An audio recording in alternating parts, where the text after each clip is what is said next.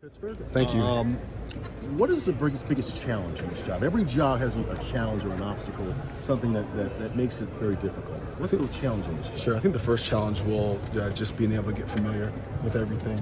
So like I said earlier, I'm going to take a whole bunch of time to listen to people and try to get my bearings straight. I'm still not sure which direction is which direction, but I look forward to doing that. What about, doing what you do here at Pitt? What are the unique challenges to being successful at Pitt as opposed to, say, at Tennessee or an Auburn? Well, I think it's just understanding our culture and making sure that we put together a good plan of how we think we can be successful. As I mentioned, whether it's unlocking certain revenue streams or making sure that our brand is on point and on par with where we think it should be, and really leveraging the points of pride in our community.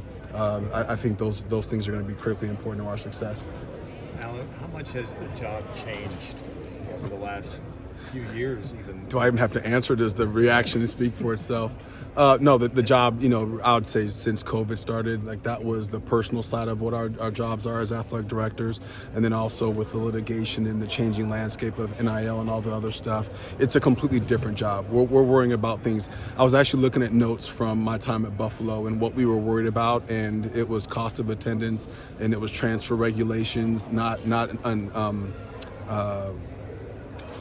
just opening the doors right for free agency, but I think managing all these new aspects is the biggest challenge for any leader. And what do you feel you bring that can help with that change? Oh, I've sat in the chair. I've done it before at a pretty high level, so there's not a lot. Nothing rocks me. I might be surprised by certain things, but certainly I think hopefully steady leadership and helping make sure that the staff understands what lies ahead and just keeping people focused on the big picture. Go ahead. Thank you. Obviously, you have the experience and the knowledge to do this job. But what is about your personality that makes you good for this job?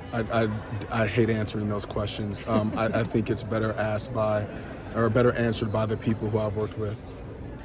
Allen, I don't like that one. I apologize, guys. Thank you, though. Sorry for cutting you off. Jeff, we just asked Jeff what you could do for him. He said NIL was the first thing, but it's hard not to notice you have a massive capital project going on next door. How much did Victory Heights come up in your conversations during the interview process, and how much of a priority is sort of making sure that some of the money that you raise goes towards offsetting the cost of that? Yeah, so I don't have a full understanding of our full financial picture. I know enough to be a little bit dangerous. So once I spend time going through our balance sheet, it'll give me a better understanding of what resources need to go where and how we best allocate those. I know it's probably been a very quick process for you, but just what surprised you the most in your short time about whether it's the people here, whether it's the university itself? What surprised you? I don't know if things surprised me in terms of the people, but I would say it's confirming in talking to the folks who I've talked to over the last few days about how much pride they have in not just the community of Pittsburgh, but the university. And I'm looking forward to getting to know them better and doing all I can to serve this wonderful institution. Susan, we have a question. How much to the success of the non-revenue sports, volleyball, soccer, how much does that help you do your job in raising money? Well, it certainly makes people feel good. And I'm a product of one of those non-revenue sports. I think we had maybe our parents and maybe a couple girlfriends in the stands when I was playing baseball 100 years ago. So it's definitely, it helps with people, it helps make people feel good. But we also know that football and men's basketball are going to be the drivers, and I want to make sure that those programs are set up and built for success, not just in the conference, but nationally. Have there been conversations about the non-revenue sports and potential, like there's people talking about nationally, like, hey, some major universities are going to have to make some of those sports that have been traditionally major sports clubs. Has there been a talk about how Pitt's going to handle that yet, or is that something that, again, just takes more time to figure out? Yeah, I would argue that's a national conversation about resource allocation. We have not had the conversation. I want to visit with our team here in the athletics department and understand what conversations they've been having thus far, and then figure out if that's the best plan for us, or if we feel like we need to make any adjustments. Understanding that Chris, you get one, and we'll take one more. Understanding that the rules could change an hour from now, what can you as an athletic director do to cultivate NIL? Like what can your role be in that whole process? I think just communicating to the community how important it is. I think we've heard some of our coaches talk about how important NIL is, and it's not them just being selfish.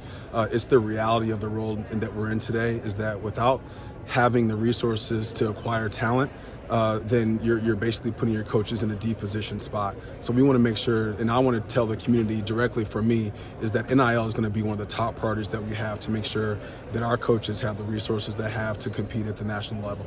You come from a place to put a $10 surcharge on football tickets. Did that come up in your conversations here as you were talking about this job? Not specifically. I think anytime we're looking at how we position ourselves is about talent, like I said before, about talent acquisition.